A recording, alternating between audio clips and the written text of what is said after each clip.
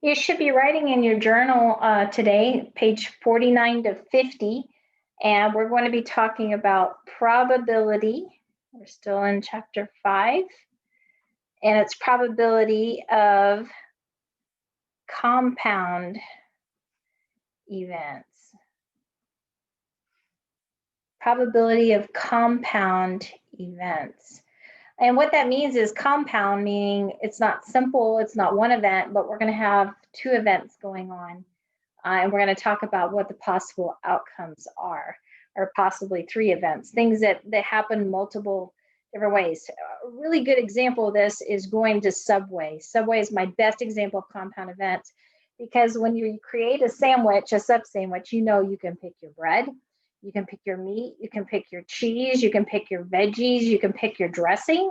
And so with all those different possibilities of creating sandwiches, that's why Subway does such a marvelous job with their business, because they have so many different outcomes and so many different ways that you can make that sandwich. And so because of that, that's called a compound event. Multiple things can happen. So we're going to be switching over to page 49 and 50 of your journal. So I'm going to just flip pages over here.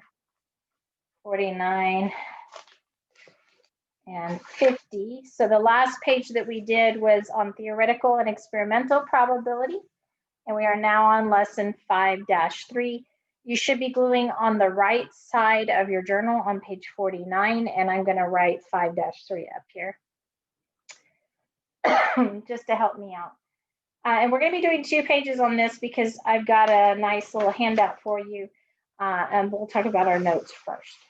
So this should be reteach 3 notes that you're going to be gluing in. And we're going to open up our page. And the nice thing about these, and some of you still don't understand why I use these a lot, is because it has your vocabulary, it's got your keywords, and you can read it. And it's spelled out very nicely, so you don't have to write everything out by hand. So a tree diagram is what we're going to be learning about today, or a table. And we're going to be using to list all the possible outcomes of an event, or what we call sample space in a probability experiment. So look at example 1. A certain type of watch comes in brown or black. So we have here color. And so I'm going to call this category color.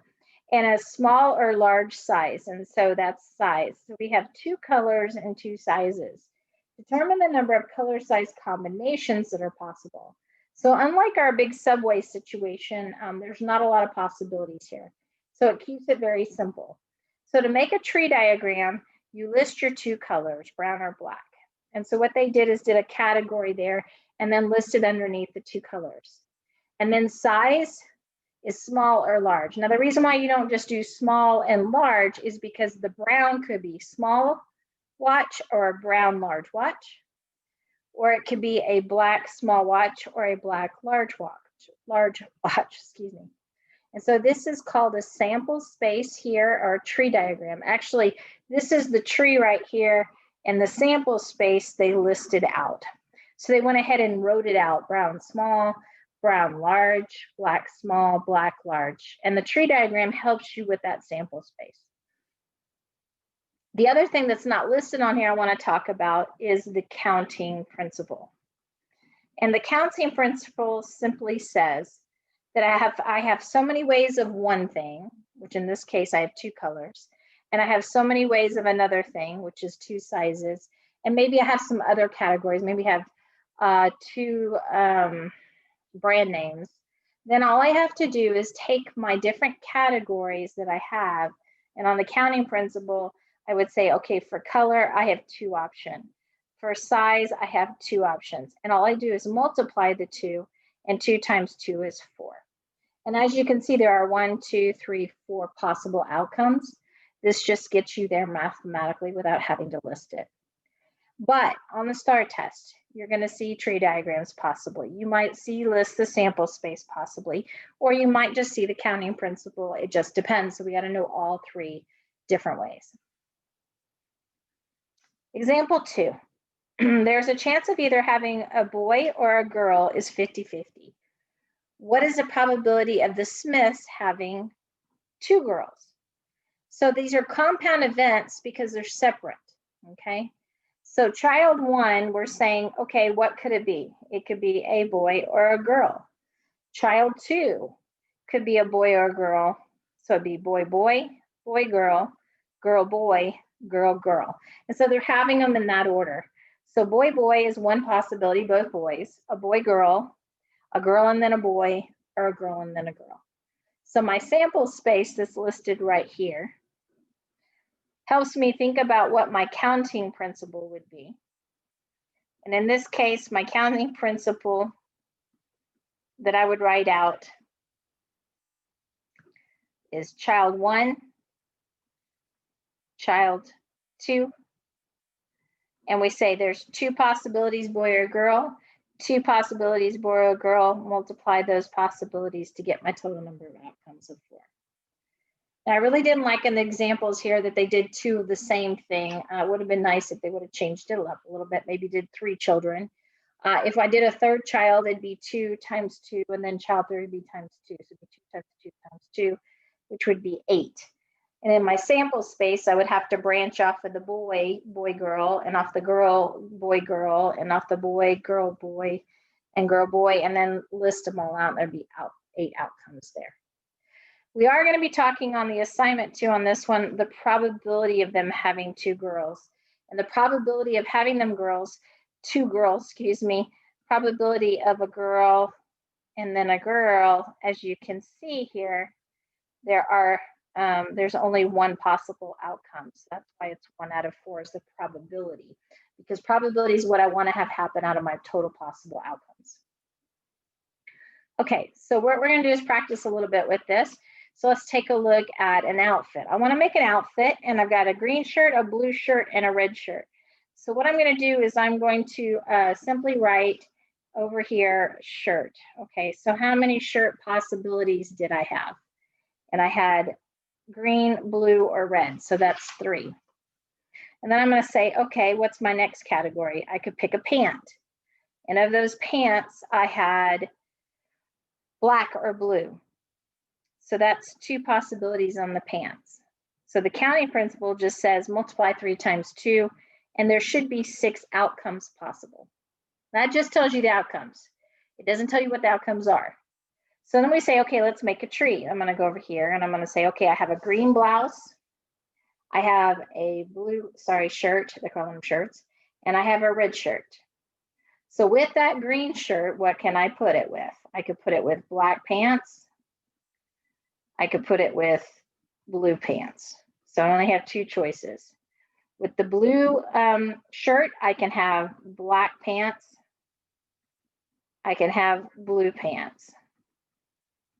With my red shirt, and again, these are shirts right here. Just trying to make that really clear. These are shirts. And the tree diagram, by the way, doesn't have to go sideways. I'm going to show you in a minute how it can go up and down. So the red could be black pants, or the red could go with blue pants. And so then you see your 1, 2, 3, 4, 5, 6 possible outcomes. And the way these are read is green with black pants, green with blue pants, blue with black pants, blue with blue pants, red with black pants, red with blue pants. And that gets to be a tongue twister. So this right here is called my tree diagram. This right here is called the counting principle. And I'm putting these words out here because this is what you need to know, counting principle. And then the last thing I wanted to talk about was a sample space. And the sample space is where you just list the possible outcomes. So sorry about my messy writing there, but sample space. So I'm going to go, this one can be really kind of confusing. I'm going to say green with the black pants. I'm going to put black pants, BP. And that might be confusing to you. Hopefully it's not. And then, oh, actually it should be B, because we have blue pants. It should probably be, we can do BP. And then we've got a green shirt with the blue pants. So we'll do BLP for blue pants. And so that's 2 of those outcomes there. And I'm just listing the sample space. And sometimes I put the sample space in brackets like this. And then you've got the blue shirt with the black pants, and the blue shirt with the blue pants. And then you have the red shirt with the black pants and the red shirt with the blue pants. And I probably should have done some a little bit not so abbreviated, but that's the idea. And so that's 1, 2, 3, 4, 5, 6 of my outcomes. Now, if I said to you, okay, what's the probability that I'm going to pick my blue shirt with blue pants? Blue shirt and blue pants is one possibility out of 6. So it's a 1 in 6 odds. It's not very good odds. But if I say, okay, what's the probability that I'll pick the red shirt? Okay, so the red shirt, if you take a look, I have 2 outcomes there. That'd be 2 out of 6 or 1/3. So the probability kind of increases a little bit. All right, the next one says choosing a vowel. And this is what I really want to make sure I go over, because in English, you kind of need to know this for math as well. A vowel is A, E, I, O, or U. And so we're going to go by that, A, E, I, O, or U. And we're looking for vowels from the word counting, and a consonant from the word prime. So 2 different events happening on. So this is where you kind of have to be careful. So if you take a look at the word counting, the vowels are O, U, and I, and that is pretty much it. So we don't have the A and the E. So if I'm talking about, okay, and I'm going to go out of order this time, how does my tree diagram look? So I'm going to do O, U, and I, and I'm going to show you the tree kind of going downward this time. So I say to myself, okay, those are my 3 vowels. It could be an O, a U, and an I. And then my other event is a consonant from the word prime. So that's anything that's not a vowel. So that's my P, my R, and my M. So I could pick the O as a vowel, and then I could pick a P, an R, or I could pick an M. Okay, so there's 3 outcomes. O with a P, O with an R, O with an M. U with a P, U with an R, U with an M. I with a P, I with an R, I with an M. Okay, now if you wanted to do it sideways on the tree diagram, you could just turn it this way and kind of look at it that way, same idea. All right, so my list method. So this is my tree. My list, my sample space, I would have O with P, O with R, O with M, U with P, U with R, U with M, I with P, I with R, I with M. And I would list it all out. And so there would be my sample space right there. 1, 2, 3, 4, 5, 6, 7, 8, 9. And if you notice going here, it's 1 outcome, 2, 3, 4, 5, 6, 7, 8, and going down that 9. And you can see the 9 outcomes there. So counting principle says, okay, I'm going to first pick a vowel. How many vowels did I have to choose from?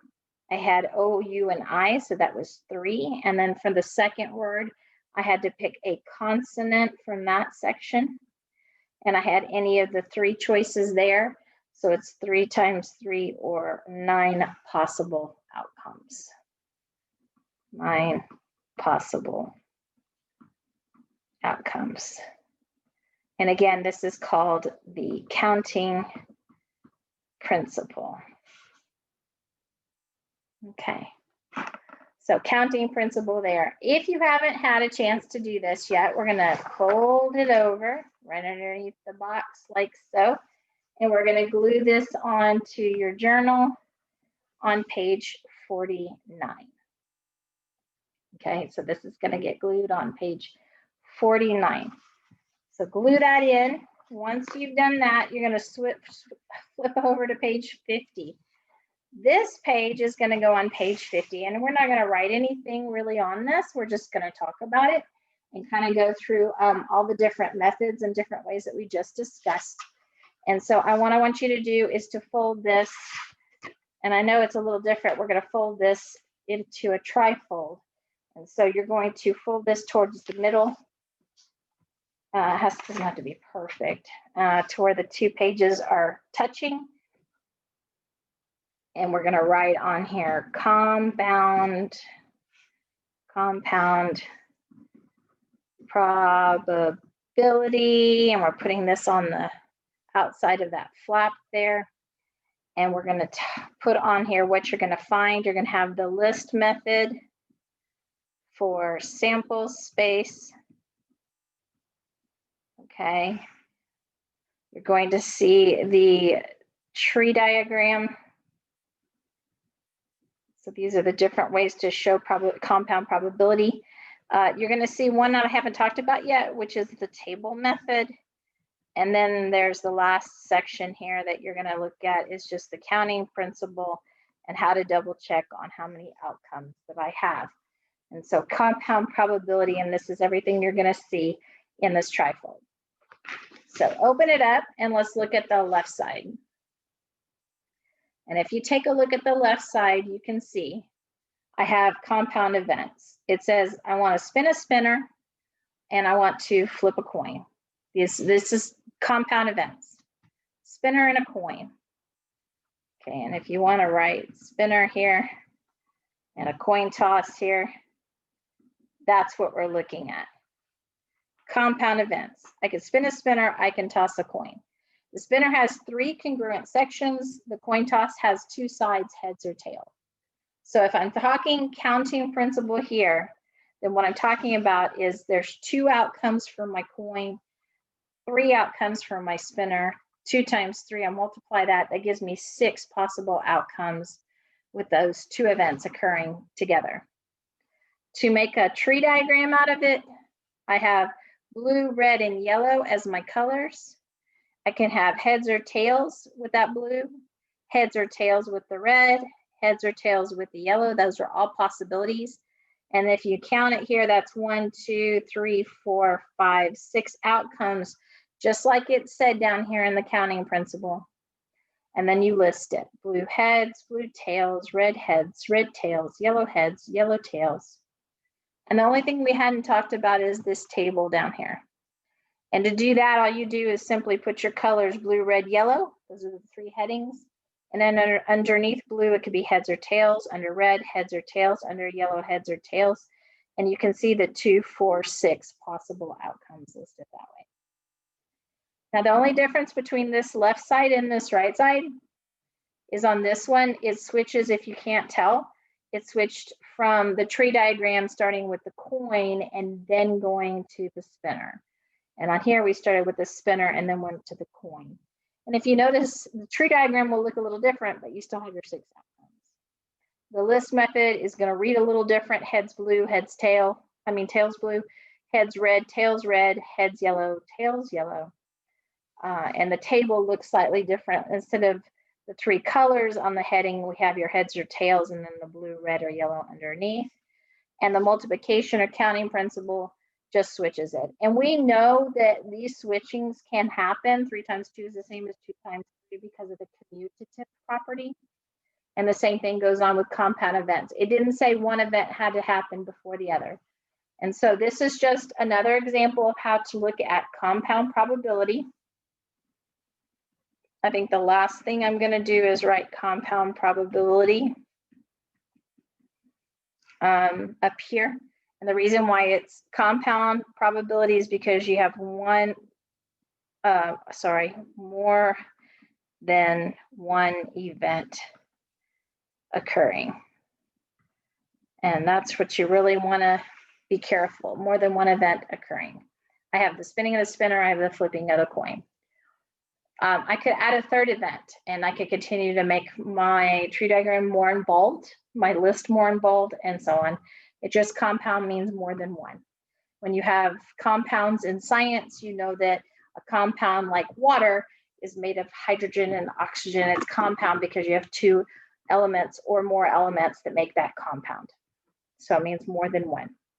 All right, so if you'll take a moment to fold that back over. The way that you glue this is you glue on the back here of this 3rd and you glue it down onto page 50. And that's it for today.